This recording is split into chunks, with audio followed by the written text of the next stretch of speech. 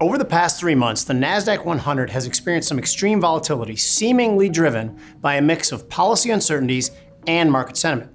Now, from late February to its cycle lows on April 7th, the index lost over 26% of its value, only to quickly gain 30% back from April to mid-May. First, trade policy shocks have hit hard. Proposed tariffs in early April, including 50% levies on EU imports and duties on tech products, sparked fears of higher costs and slower growth. This triggered a brutal 2-day sell-off on April 3rd and 4th, among the Nasdaq's worst 2-day sell-off since 2007.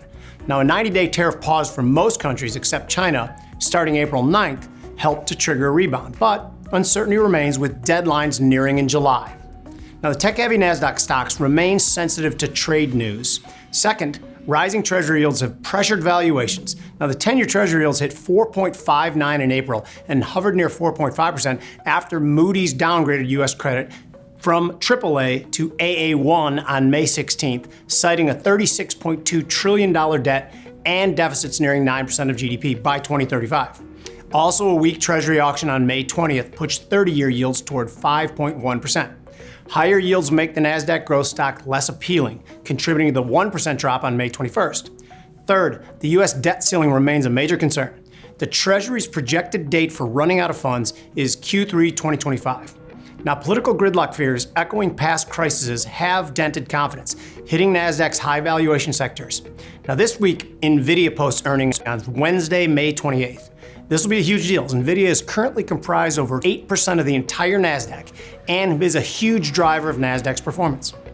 Now, if a trader believes the Nasdaq could continue higher, they could buy the June micro E-mini Nasdaq 100 futures contract at 21,370 and target a move back to the cycle highs of 22,500. Now, a stop for this trade can be placed below at 20,500. This trade can make $2,260 if the target is reached and risks $1,740 if you're stopped at your level.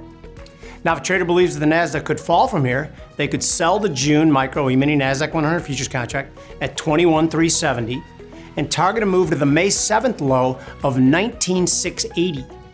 Now, a stop for this trade can be placed above at 22,200. This trade can make $3,380 if the target is reached and risks $1,660 if you're stopped out of your level.